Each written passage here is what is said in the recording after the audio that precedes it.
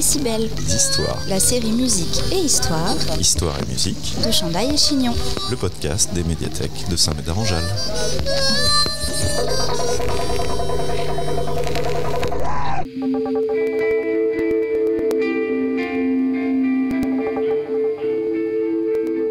Au sommaire de ce numéro de Décibels Histoire, une route pavée d'or, une chanson derrière un arc-en-ciel, une cité d'émeraude, un magicien imposteur, une jeune étoile de Hollywood et un conte pour enfants. Ou peut-être pas.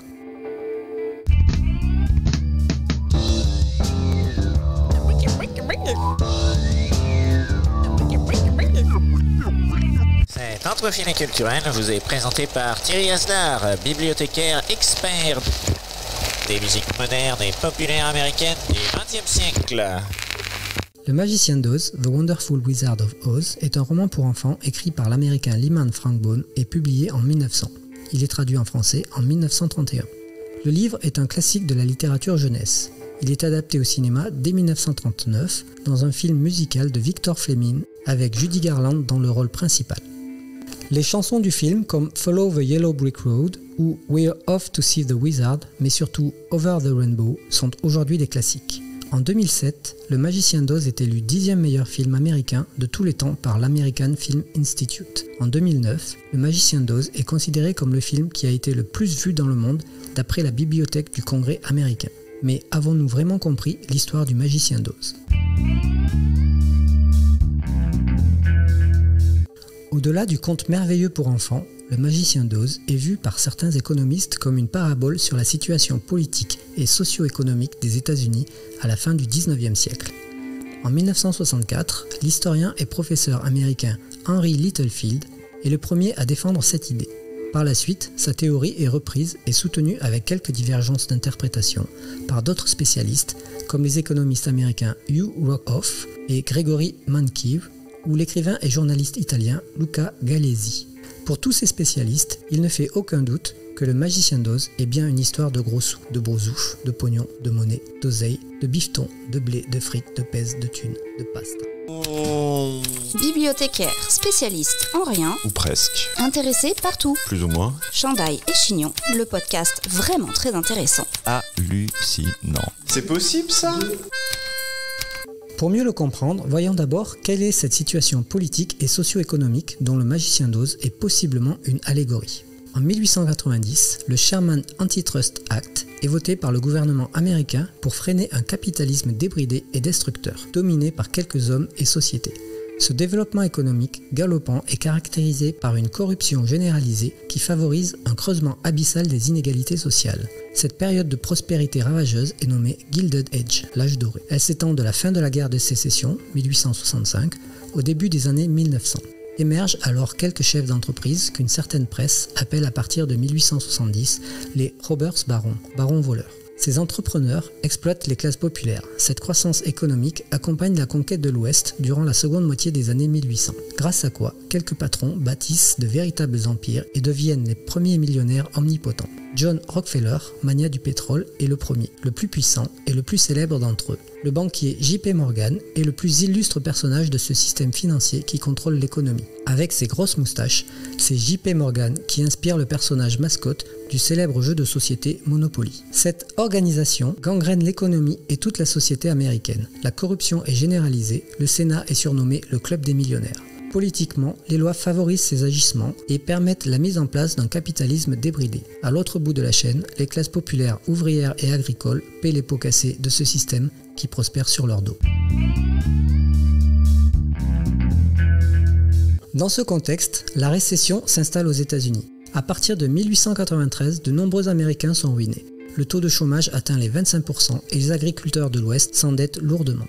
Certains spécialistes pointent du doigt le système monétaire américain basé sur l'étalon or, puisque la création monétaire est liée au stock d'or disponible dans le pays. Pour toutes les victimes de cette crise, l'étalon or fait donc le jeu des financiers. La solution préconisée par certains économistes consiste à sortir de l'étalon or pour adopter le bimétallisme, en utilisant l'argent en plus de l'or. L'afflux de monnaie permettrait alors d'atténuer fortement les effets de la récession. Ce débat enflamme le pays et installe un conflit politique autour de ce système monétaire. Le candidat démocrate William Jennings Bryan fait de cette réforme son cheval de bataille lors de l'élection présidentielle de 1896. C'est malgré tout son adversaire William McKinley, candidat républicain et défenseur du monométallisme avec l'étalon or qui gagne et devient président. L'étalon or est donc confirmé en 1900 grâce au Gold Standard Act.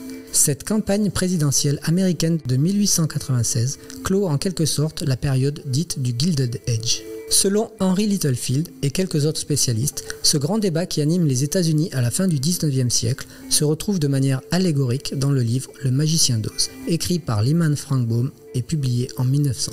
Décibels Histoire. La série Musique et Histoire Histoire et musique. de Chandail et Chignon. Le podcast des médiathèques de Saint-Médard-en-Jalles. Originaire de l'Ouest, l'écrivain américain Lyman Frank Baum soutient les agriculteurs et l'idée du bimétallisme durant les élections américaines de 1896. Aussi, son livre Le Magicien d'Oz, écrit durant ou juste après cette période, pourrait ne pas être qu'un conte pour enfants. Et s'il était aussi une allégorie de ces événements politiques et socio-économiques. Voici le décryptage de ce récit vu sous cet angle caché. L'intrigue du Magicien d'Oz débute dans le Kansas, aux États-Unis. Le personnage principal, Dorothy Gale, interprétée par Judy Garland, est l'incarnation de l'Américain moyen, confronté à la crise économique à la fin des années 1800.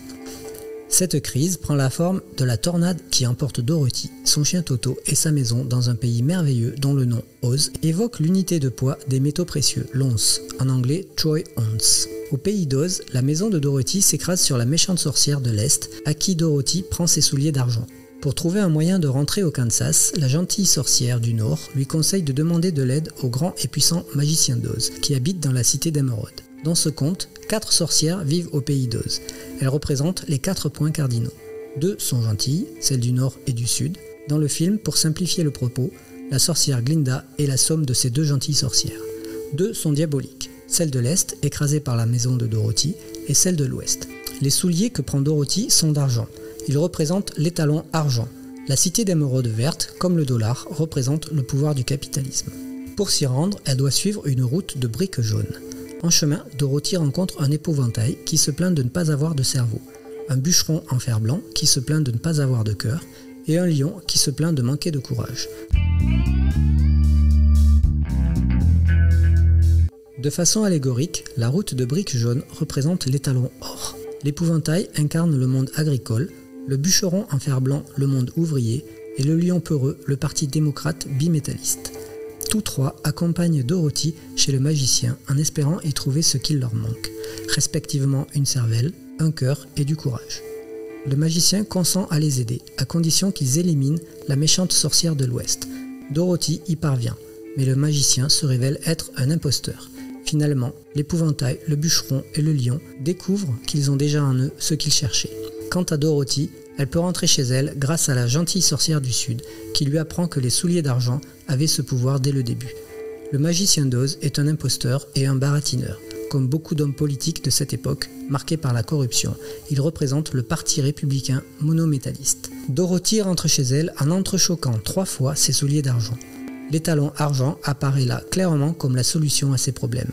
Dans le film, les souliers de Dorothy sont rouge rubis, afin de mettre en valeur le Technicolor. Mais ils sont bel et bien d'argent dans l'histoire originale de Lyman Frank Baum. Ainsi forme-t-il sur la route de briques jaunes une représentation du bimétallisme, or plus argent, dont l'écrivain était un fervent supporter lors de l'élection présidentielle de 1896. C'est ainsi qu'Henry Littlefield et quelques autres spécialistes décryptent le Magicien d'Oz. À leurs yeux avertis, derrière le conte merveilleux pour enfants, se cache d'évidence une analyse de la situation politique et économique américaine de la fin du XIXe siècle. Cette période de profonde mutation marque la fin d'une utopie, celle de la conquête de l'Ouest qui était jusque-là le moteur de la dynamique économique américaine et du Gilded Age. Lire le livre ou regarder le film avec ce nouvel éclairage donne à ses œuvres une tournure bien différente. Certains dialogues et certaines scènes prennent alors une toute autre saveur. Je vous invite à faire l'expérience, c'est magique. Quant à Judy Garland, elle devient une immense vedette du cinéma et de la chanson grâce au succès de ce film. Elle continue d'interpréter la chanson Over the Rainbow jusqu'à la fin de sa carrière. Semez vos envies et cultivez votre curiosité En attendant le prochain podcast des médiathèques de Saint-Médard-en-Jalles. Abonne-toi. C'est comme ça que tu l'avais imaginé? Non, c'est pas top, c'est pas top. Ça c'est moche ça. Ça c'est très très moche. Décibel, D'histoire. la série musique et histoire Histoire et musique. de Chandail et Chignon. Le podcast des médiathèques de Saint-Médard-en-Jalles.